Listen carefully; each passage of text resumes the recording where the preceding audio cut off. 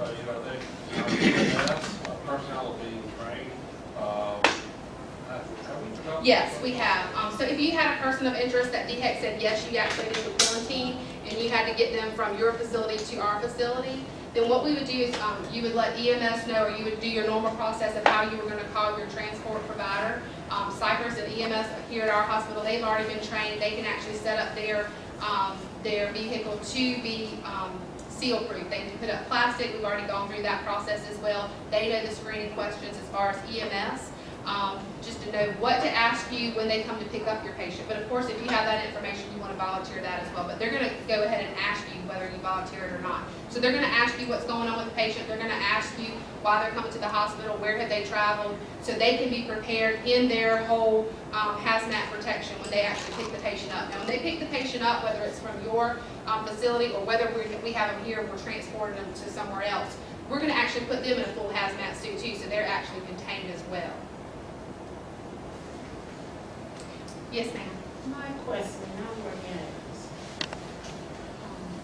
Head Start with children, and first thing we may know, say we send one home, or send one to home health, and that child is diagnosed maybe 3 or 4 days later, what would be the procedure for us at school? So if you actually sent them to the doctor's office did the screen, and they realized this was a patient of interest, they took them to the hospital, now they're in quarantine. What would happen at that point would be that DHEC would do a contact investigation, which basically means who is in contact with the patient now, and then who was in contact with the patient an hour ago, and yesterday, and the day before, and what school do they go to, or where do they work.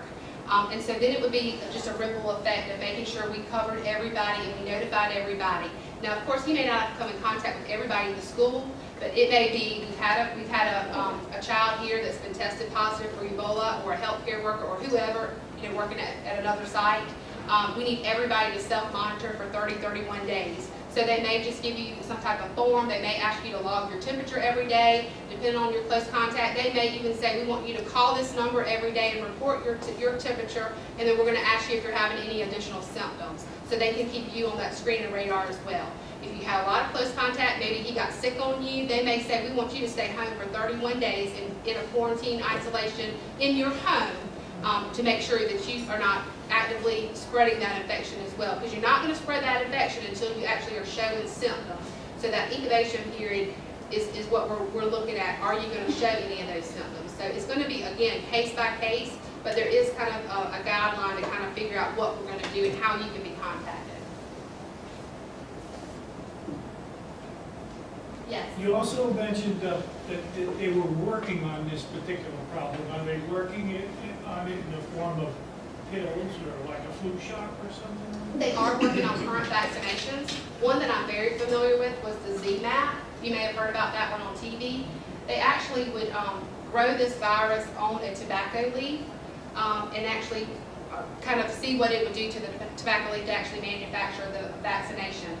However, tobacco season here is over, so whatever supply they got is very limited.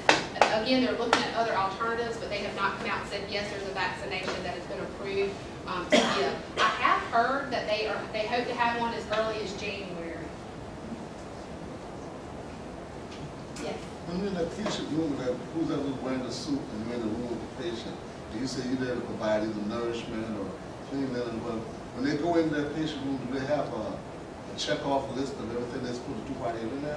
Normally our healthcare providers will know, they do a daily assessment, so they're going to listen to your heart, they're going to look in your mouth, they're going to look in your ears, they're going to look for your skin breakdown, they're going to listen to your lungs, they're going to check your IV site, they're going to do that full body assessment. So that part of the Ebola assessment, asking you about those symptoms, how you're feeling, are you getting worse, have you noticed any unusual bleeding? They're going to know if you've got sick as far as your bowels, they're going to know if you've had any vomit. So they're going to kind of know those things already because they've had hands-on care with you. But yes, they're going to do a full body assessment like they would with any patient in the hospital with any type of diagnosis. So yes, they will be monitoring those daily, along with your blood pressure and your vital signs and your temperature. Did that answer your question? Yeah. Okay. Because I know being in that suit, It's going to be very hard. because I did the asbestos abatement for a long time, and we used to have to wear the little white little things. But we kind of, when you get in there, it gets hard, you get in the containment, all the plastic, no air circulating through.